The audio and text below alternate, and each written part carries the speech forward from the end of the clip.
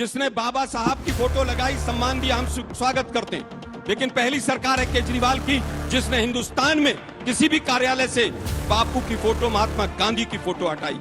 मनुस्मृति का कोई एक भी विधान आज के कॉन्स्टिट्यूशन में नहीं है, मगर मैं 10 चीजें गिनाता हूं जो शरिया का कॉन्स्टिट्यूशन में है। ट्रिपल तलाक, मेहरम, हलाला, हज सब्सिडी, 4 बीवी, 25 से शादी कर।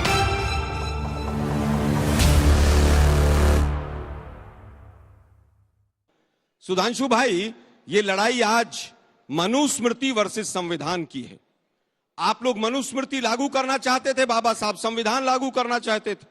आप कहते थे संविधान अपशुगन है, बाबा साहब कहते थे कि मनुस्मृति जो है वो भारतीय समाज के लिए ठीक नहीं है। फर्क यही था। आज लड़ाई जो है वो संविधान वर्सेस मनुस्मृति की है। कोई बाबा साहब से इनको ना पहले प्यार था ना आज है। जिस समय पर संसद में वो थे तब भी विरोध करते थे। ये हम तो बार बार कह रहे हैं आपसे कि आपने जो भी कल हुआ उसकी सीसीटीवी फुटेज पूरी तरह से तुरंत अभी तक क्यों नहीं आई, इसका कोई जवाब नहीं। मामला ही खत्म हो जाएगा। देखिए कैसे लोग बोलते हैं, सीसीटीवी अरे भाई संसद भवन है। की सीसीटीवी की फुटेज जांच के बाद निष्कर्ष में दिखाई जाएगी। मगर मैं पूछना चाहता हूं, इनके तो तमाम सांसदों के हाथ में मोबाइल थे। आज तो आदमी जरा सी घटना होता है वीडियो बनाना शुरू करता है, और इनके नेता तो बड़े सिद्धहस्त हैं। वो मिमिक्री का भी वीडियो बना रहे थे, याद है, कॉमेडी का भी वीडियो बना रहे थे। जब मुखौटा लगा के था तब वीडियो बना रहे थे, जब प्रियंका गांधी जी आ रही थी तब वीडियो बना रहे थे। तो भैया कॉमेडी का वीडियो बनाया, ट्रेजेडी का वीडियो बनाया ही नहीं। सांसदों के पास तो आप बताइए ना। और मैं एक और बात, अब आपका क्रमवार जवाब दो। इन्होंने कहा हमने ये बनवाया। मैं चुनौती के साथ कहता हूं, जो पंच तीर्थ बाबा साहब के हैं उसमें से एक कोई स्मारक इन्होंने कभी अपने जमाने में बनाया हो तो बताइए।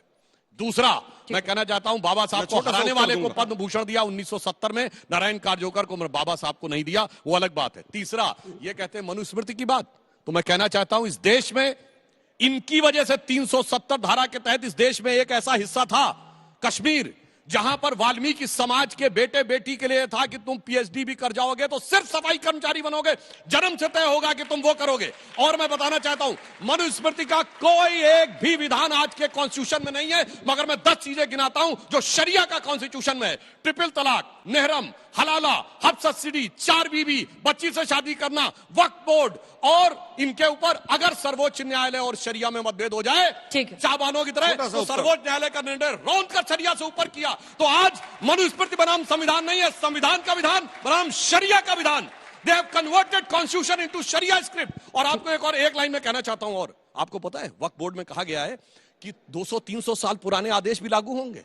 अरकाट के नवाब के आदेश पे तमिलनाडु का मंदिर वक्फ बोर्ड की संपत्ति है। मुगलों के आदेश के जमाने में सूरत की नगर निगम की जमीन पे दावा है वक्फ बोर्ड का। और ये कौन सी सरकारें थी जहां जजिया का कॉन्सेप्ट था, जहां जिम्मी का कॉन्सेप्ट था, जहां गाजी का कॉन्सेप्ट था, हजारों हिंदुओं को मारे, जो बगदाद के खलीफा का फतवा पढ़ के तब पाते थे। यानी सोचिए ये इन्होंने शरिया को किस ढंग से डाला है संविधान के अंदर। असली मुद्दा यह है। और मैं चुनौती कहता हूं, एक विधान बताइए मनुस्मृति का, मैंने 1 दर्जन गिना दिए शरिया की तरह से विभाजनकारी बातें करते हैं और बयान देते हैं। भैंस की और मंगलसूत्र की बात करते हैं चुनाव में, उसी संविधान की ताकत है वो।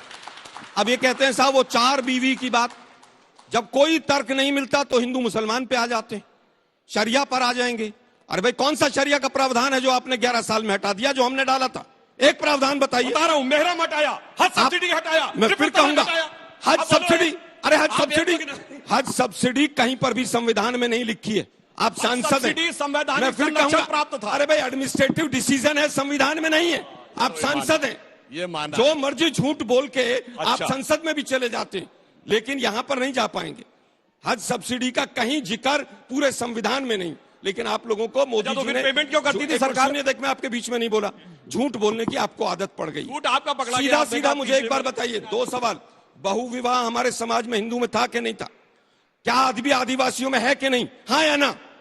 क्या आपने हटा दिया वो?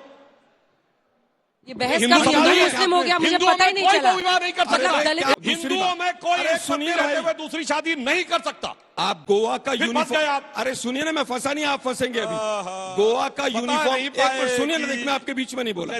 गोवा का यूनिफॉर्म सिविल कोड जो आया है यूसीसी, उसमें 2 पत्नियां रखने का अधिकार है। आया नहीं है, अंग्रेजों के जमाने चल रहा, आपके जमाने चल रहा, आपके जमाने चल रहा। देश के गृह मंत्री फ्लोर ऑफ द हाउस अगर बाबा साहब अंबेडकर का अपमान करेंगे तो ये देश सहन नहीं करेगा। और ये पहली बार नहीं हुआ अंजना जी। 2015 में आरएसएस के जो चीफ हैं मोहन भागवत जी, वो कहते हैं आरक्षण पे समीक्षा होनी चाहिए, आरक्षण खत्म होना चाहिए।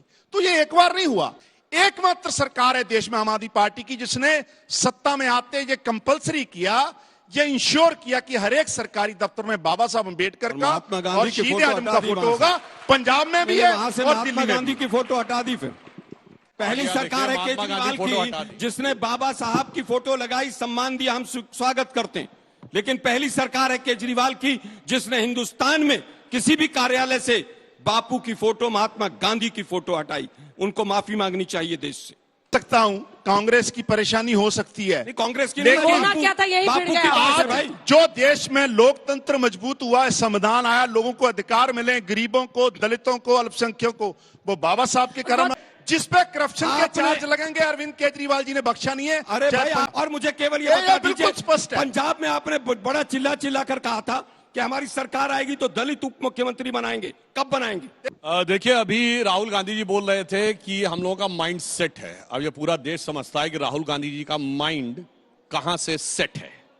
सबको पता है वो कोई ऐसी सेटिंग है उस माइंड की कि हर संसद सत्र से ठीक पहले कोई ना कोई मुद्दा 7 समुंदर पार से आता है और बवाल होने लगता है। कि जब गृह मंत्री जी ने अंदर बयान दिया, न किसी सांसद ने आपत्ति की, न बैठे हुए किसी विपक्ष के सदस्य ने आपत्ति की।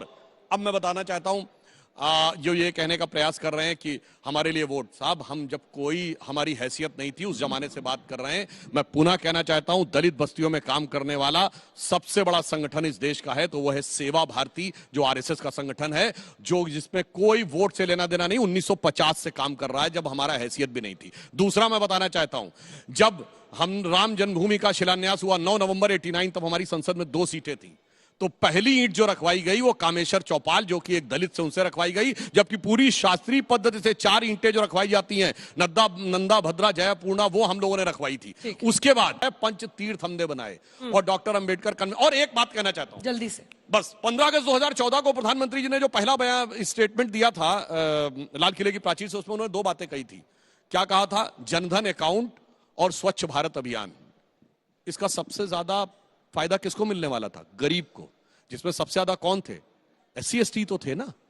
मैं दावे के साथ कहता हूं, अगर 54 करोड़ लोगों के पास जनधन अकाउंट्स आए हैं तो मैं दावे से कह सकता हूं कि वो 90% वो दलित ऐसे हैं जिनके पास 2014 से पहले अकाउंट नहीं था। यदि 4 करोड़ गरीब आवास मिले हैं, और तो और अंत में एक और बात कह दूं, दलित चैंबर ऑफ कॉमर्स किसी ने सुना था 2014 से पहले?